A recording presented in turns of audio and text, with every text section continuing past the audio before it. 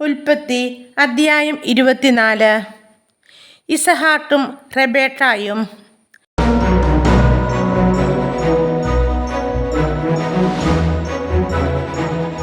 ഇസഹാക്കും റെബേക്കായും. അബ്രാഹത്തിന് പ്രായമേറെയായി. കർത്താവ് എല്ലാ കാര്യങ്ങളിലും അവനെ അനുഗ്രഹിച്ചു.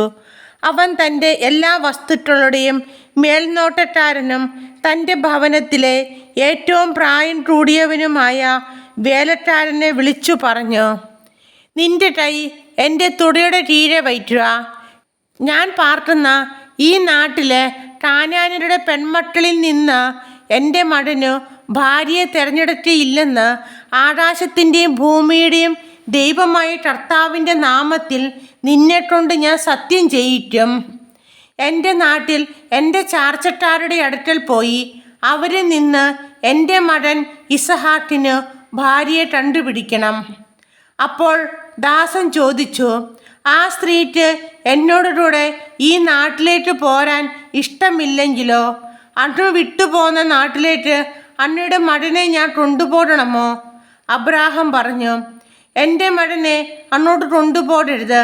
എൻ്റെ പിതാവിൻ്റെ വീട്ടിൽ നിന്നും ചാർച്ചക്കാരിൽ നിന്നും എന്നെ പുറത്തു കൊണ്ടുവന്നവനും എന്നോട് സംസാരിച്ചവനും നിന്റെ സന്തതികൾക്ക് ഈ ഭൂമി ഞാൻ തരുമെന്ന് വാഗ്ദാനം ചെയ്തവനുമായ ആകാശത്തിൻ്റെ ദൈവമായ കർത്താവ് തൻ്റെ ദൂതനെ നിനക്ക് മുമ്പേ അയക്കും. നീ അവിടെ നിന്ന് എൻ്റെ മകന് ഒരു ഭാര്യയെ കണ്ടെത്തുകയും ചെയ്യും. എന്നാൽ ആ സ്ത്രീക്ക് നിന്നോടുകൂടെ പോരാൻ ഇഷ്ടമില്ലെങ്കിൽ എൻ്റെ ഈ ശപഥത്തിൽ നിന്ന് നീ വിമുക്തനാണ്. എൻ്റെ മകനെ അങ്ങോട്ട് തിരികെ കൊണ്ടുപോകരുതെന്നു മാത്രം. തൻ്റെ യജമാനനായ അബ്രാഹത്തിൻ്റെ തുടക്ക് കീഴെ കൈവച്ച് ഭൃത്യൻ സത്യം ചെയ്തു. അനന്തരം ഭൃത്യൻ യജമാനൻ്റെ ഒട്ടകങ്ങളിൽ 10 എണ്ണവും വിലപിടിപ്പുള്ള ധാരാളം വസ്തുക്കളുമായി പുറപ്പെട്ടു. അവൻ മെസപ്പൊട്ടാമിയയിൽ നാഹോറിൻ്റെ നഗരത്തിലെത്തി. വൈകുന്നേരം സ്ത്രീകൾ വെള്ളം കോരാൻ വരുന്ന സമയത്ത് അവൻ ഒട്ടകങ്ങളെ പട്ടണത്തിന് വെളിയിൽ വെള്ളമുള്ള ഒരു കിണറിനടുത്ത് നിർത്തി. അനന്തരം അവൻ പ്രാർത്ഥിച്ചു, എൻ്റെ യജമാനായ അബ്രാഹത്തിൻ്റെ ദൈവമായ കർത്താവേ, ഇന്ന് എൻ്റെ ദൗത്യം അന്ന് വിജയിപ്പിക്കണമേ. എൻ്റെ യജമാനൻ്റെ മേൽ കനിയണമേ. ഞാൻ ഇതാ ഈ കിണറ്റിനരികിൽ നിൽക്കുകയാണ്. ഇന്നാട്ടിലെ പെൺകുട്ടികൾ വെള്ളം കോരാൻ വരുന്നുണ്ട്. നിന്റെ കുടം താഴ്ത്തി തരിക, ഞാൻ കുടിക്കട്ടെ എന്ന് പറയുമ്പോൾ ഇതാ കുടിച്ചിട്ടുള്ളര, നിങ്ങളുടെ ഒട്ടകങ്ങൾക്ക് ഞാൻ വെള്ളം കോരിത്തരാം എന്ന് പറയുന്ന പെൺകുട്ടി ആയിരിക്കട്ടെ അന്നയുടെ ദാസനായ ഇസഹാക്കിന് അന്ന് നിശ്ചയിച്ചിരിക്കുന്നവൾ. അന്നെൻ്റെ യജമാനനോട് നിരന്തരമായി കാരുണ്യം കാണിച്ചിരിക്കുന്നുവെന്ന് അതുവഴി ഞാൻ മനസ്സിലാക്കും. അവൻ ഇതു പറഞ്ഞു തീരും മുമ്പ് തോളിൽ കുടവുമായി റെബേക്ക വെള്ളം കോരാൻ വന്നു. അവൾ അബ്രാഹത്തിൻ്റെ സഹോദരൻ നാഹോറിന് ഭാര്യ മിൽക്കായിലുണ്ടായ മകനായ വെത്തുവേലിൻ്റെ മകളായിരുന്നു. പെൺകുട്ടി കാണാൻ വളരെ അഴകുള്ളവളും കന്യകയുമായിരുന്നു. അവൾ കിണറ്റിലേക്ക് ഇറങ്ങി കുടം നിറച്ച് കയറി വന്നു. അബ്രാഹത്തിൻ്റെ വൃദ്ധൻ അപ്പോൾ അവളുടെ അടുത്തേക്ക് ഓടിച്ചെന്നു പറഞ്ഞു, ദയവായി നിന്റെ കുടത്തിൽ നിന്ന് കുറച്ച് വെള്ളം കുടിക്കാൻ തരിക. പ്രഭോ, കുടിച്ചാലും. അവൾ പറഞ്ഞു. തിടകത്തിൽ കുടം താഴ്ത്തി പിടിച്ച് അവൾ അവന് കുടിക്കാൻ കൊടുത്തു. കുടിച്ചു കഴിഞ്ഞപ്പോൾ അവൾ പറഞ്ഞു, അന്നയുടെ ഒട്ടകങ്ങൾക്കും കുടിക്കാൻ ഞാൻ വെള്ളം കോരി കൊടുക്കാം. അവൾ വേഗം കുടത്തിലെ വെള്ളം തൊട്ടിയിലൊഴിച്ച് വീണ്ടും വെള്ളം കോരാൻ കിണറ്റിൻ്റിലേക്ക് ഓടി. ഒട്ടകങ്ങൾക്കെല്ലാം വെള്ളം കോരി കൊടുത്തു. തൻ്റെ യാത്ര കർത്താവ് ശുഭമാക്കിയോ ഇല്ലയോ എന്നറിയാൻ അവൻ നിശബ്ദനായി അവളെ തന്നെ നോക്കി നിന്നു. ഒട്ടകങ്ങൾ കുടിച്ചു കഴിഞ്ഞപ്പോൾ അവൻ 1/2 ഷെക്കൽ തൂക്കമുള്ള ഒരു സ്വർണ്ണമോതിരവും 10 ഷെക്കൽ തൂക്കമുള്ള 2 പൊൻവളകളും അവൾക്ക് നൽകിക്കൊണ്ട് പറഞ്ഞു, നീ ആരുടെ മകളാണെന്ന് ദയവായി എന്നോട് പറയുക. നിന്റെ പിതാവിൻ്റെ ഭവനത്തിൽ ഞങ്ങൾക്ക് രാത്രി കഴിക്കാൻ ഇടം കാണുമോ? അവൾ പറഞ്ഞു, നാഹോറിന് മിൽക്കായിൽ ജനിച്ച വെത്തുവേലിൻ്റെ മകളാണ് ഞാൻ. അവൾ തുടർന്നു പറഞ്ഞു, ഞങ്ങൾക്ക് കാലിത്തീറ്റയും ടച്ചിയും വേണ്ടുവോളമുണ്ട്, താമസിച്ച മുറിയുമുണ്ട്. അവൻ തലകുനിച്ച് കർത്താവിനെ ആരാധിച്ചുകൊണ്ട് പറഞ്ഞു, എൻ്റെ യജമാനനായ അബ്രാഹത്തിൻ്റെ ദൈവമായ കർത്താവ് വാഴ്ത്തപ്പെട്ടവൻ. തൻ്റെ കാരുണ്യവും വിശ്വസ്തതയും അവിടുന്ന് അവനിൽ നിന്ന് പിൻവലിച്ചിട്ടില്ല. എൻ്റെ യജമാനൻ്റെ ചാർച്ചക്കാരുടെ വീട്ടിലേക്ക് അവിടുന്ന് എന്നെ നയിക്കുകയും ചെയ്തിരിക്കുന്നു. പെൺകുട്ടി ഓടിച്ചെന്ന് അമ്മയുടെ വീട്ടുകാരെ വിവരമറിയിച്ചു. റെബേക്കായ്ക്ക് ലാബാൻ എന്നു പേരുള്ള ഒരു സഹോദരൻ ഉണ്ടായിരുന്നു. അവൻ ഉടനെ കിണറ്റിനടിയിൽ ആ മനുഷ്യൻ്റെ അടുത്തേക്ക് ഓടിച്ചെന്നു. മോതിരവും വളകളും സഹോദരിയുടെ കൈകളിൽ കാണുകയും ആ മനുഷ്യൻ ഇങ്ങനെ എന്നോട് സംസാരിച്ചു എന്ന് അവൾ പറഞ്ഞു കേൾക്കുകയും ചെയ്തപ്പോൾ ലാബാൻ അവൻ്റെ അടുത്തേക്ക് ചെന്നു. അവൻ അപ്പോഴും കിണറ്റിനടിയിൽ ഒട്ടകങ്ങളുടെ അടുത്ത് നിൽക്കുകയായിരുന്നു. ലാബാൻ പറഞ്ഞു, കർത്താവിനാൽ അനുഗ്രഹിക്കപ്പെട്ടവനെ, വരിക. എന്താണ് പുറത്തു നിൽക്കുന്നത്? ഞാൻ വീണ്ടും ഒട്ടകങ്ങൾക്കുള്ള സ്ഥലവും ഒരുക്കിയിട്ടുണ്ട്. അവൻ വീട്ടിലേക്ക് കയറി. ലാബാൻ ഒട്ടകങ്ങളുടെ ജീനി അഴിച്ചു മാറ്റി തീറ്റയും കച്ചിയും കൊടുത്തു. അവനും കൂടെ ഉണ്ടായിരുന്നവർക്കും കാൽ കഴുകാൻ വെള്ളവും കൊടുത്തു. അവർ അവന് ഭക്ഷണം വിളമ്പി. എന്നാൽ അവൻ പറഞ്ഞു, വന്ന കാര്യം പറയാതെ ഞാൻ ഭക്ഷണം കഴിക്കുകയില്ല. പറഞ്ഞുകൊള്ളുക. ലാബാൻ സമ്മതിച്ചു. അവൻ പറഞ്ഞു, ഞാൻ അബ്രാഹത്തിൻ്റെ വൃത്തനാണ്. കർത്താവ് എൻ്റെ യജമാനനെ സമൃദ്ധമായി അനുഗ്രഹിച്ചിരിക്കുന്നു. അവൻ സമ്പന്നനാണ്. ആടും മാടും പൊന്നും വെള്ളിയും വേലക്കാരും ഒട്ടകങ്ങളും കഴുതകളും അവിടുന്ന് അവന് കൊടുത്തിരിക്കുന്നു.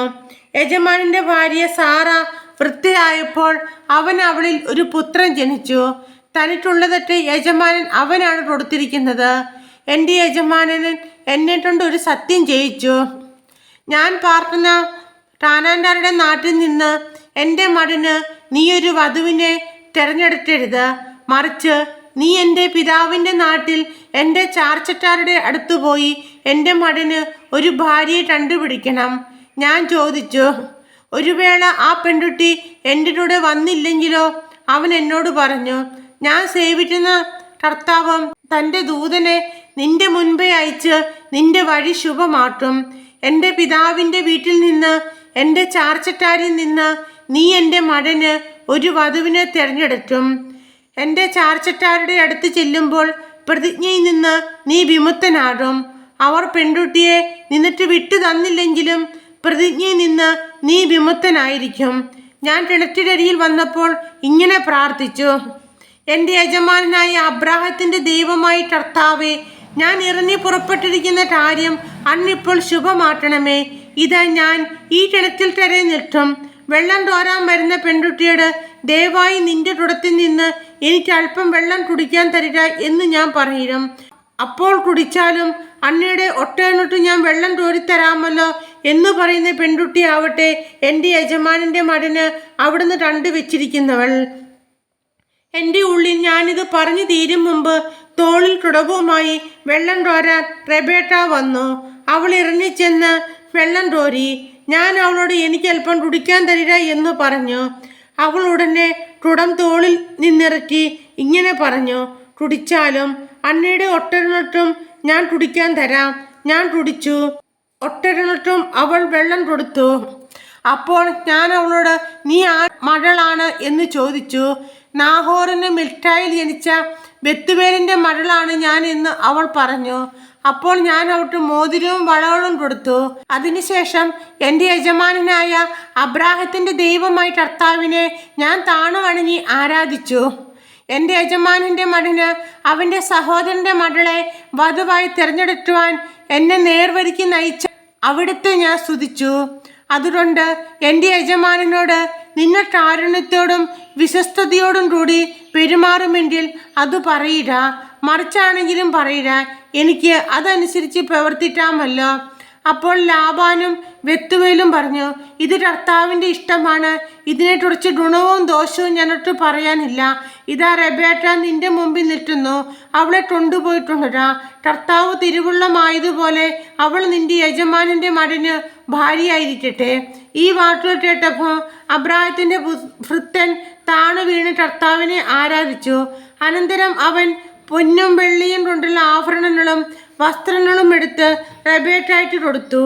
അവളുടെ സഹോദരനും അമ്മയ്ക്കും വിലപിടിപ്പുള്ള സമ്മാനങ്ങളും അവൻ കൊടുത്തു. അവനും കൂടെ ഉണ്ടായിരുന്നവരും ഭക്ഷിക്കുകയും പാനം ചെയ്യുകയും ആ രാത്രി അവിടെ ചെലവഴിക്കുകയും ചെയ്തു. പുലർച്ചയ്ക്ക് എഴുന്നേറ്റ് അവൻ പറഞ്ഞു, എന്നെ യജമാനൻ്റെ അടുത്തേക്ക് തിരിച്ചയക്കുക. അവളുടെ അമ്മയും സഹോദരൻ പറഞ്ഞു, കുറച്ചു നാൾ കൂടി 10 ദിവസമെങ്കിലും അവൾ ഇവിടെ നിൽക്കട്ടെ, അത് കഴിഞ്ഞ് അവൾക്ക് പോകാം. അവൻ പറഞ്ഞു, എന്നെ താമസിപ്പിക്കരുത്.